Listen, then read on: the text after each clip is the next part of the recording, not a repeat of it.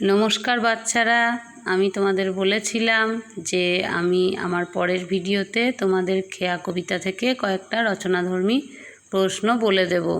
তো আজকে আমি আমার ভিডিও নিয়ে হাজির হয়েছি তোমাদের সামনে আবার। তো দেখো, আজকে আমি তোমাদের খেয়া থেকে কয়েকটি রচনাধর্মী প্রশ্ন বলে দিচ্ছি। যদি কোনোটার প্রশ্ন জানতে তোমাদের ইচ্ছা করে আমার কাছ থেকে, তাহলে অবশ্যই আমাকে কমেন্ট করে জানাবে, ঠিক আছে? আমি উত্তরটা বলে দেবো।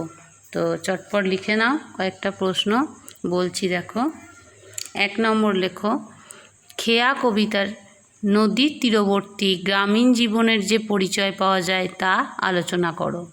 অথবা খেয়া কবিতাটিতে সহজ সরল গ্রামীণ জীবনের যে আশ্চর্য ছবি আছে তা নিজের ভাষায় লেখো।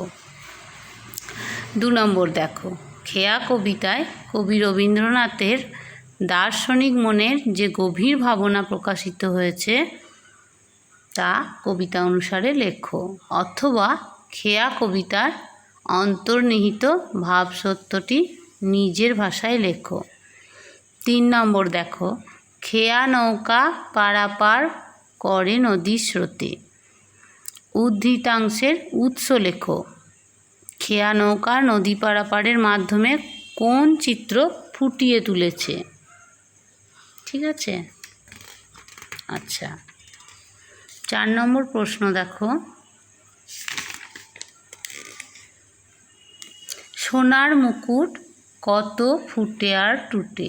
সোনার মুকুট বলতে কবি কি বুঝিয়েছেন?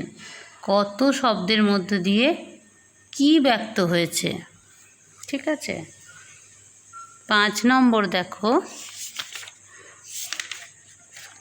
5 নম্বর প্রশ্নটা দেখো, তোমরা কিন্তু চটপট লিখতে থাকো, ঠিক আছে?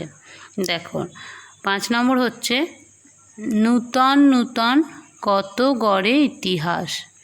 নূতন নূতন কত গড়ে ইতিহাস, ঠিক আছে। নতুন নতুন ইতিহাস কিভাবে গড়ে ওঠে তা ব্যাখ্যা করো। প্রসঙ্গত সভ্যতার নব নব কত তৃষ্ণা ক্ষুধা বলতে কবি কি বুঝিয়েছেন তা আলোচনা করো। হয়েছে সবার? দেখো পরেরটা, 6 নম্বর, পৃথিবীতে কত দ্বন্দ্ব কত সর্বনাশ।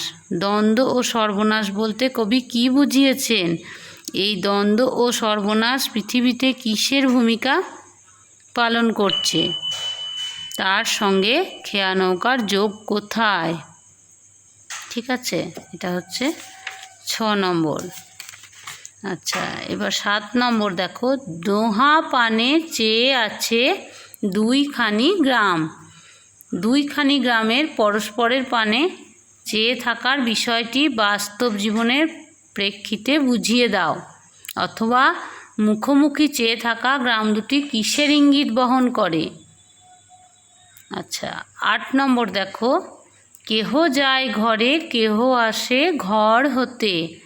পংক্তিটিতে কতবার ব্যবহৃত হয়েছে? ঠিক আছে, এরূপ ব্যবহারের কারণ কি সে বিষয়ে তোমার যুক্তি দাও। আচ্ছা, 9 নম্বর দেখো, উঠে কত হলাহল উঠে কত সুধা। হলাহল আর সুধা শব্দদ্বয়ের প্রাসঙ্গিকতা বিচার করো।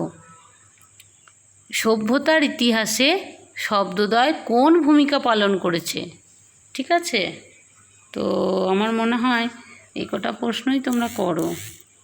এই কটা থেকে অবশ্যই তোমরা কমন পাবে।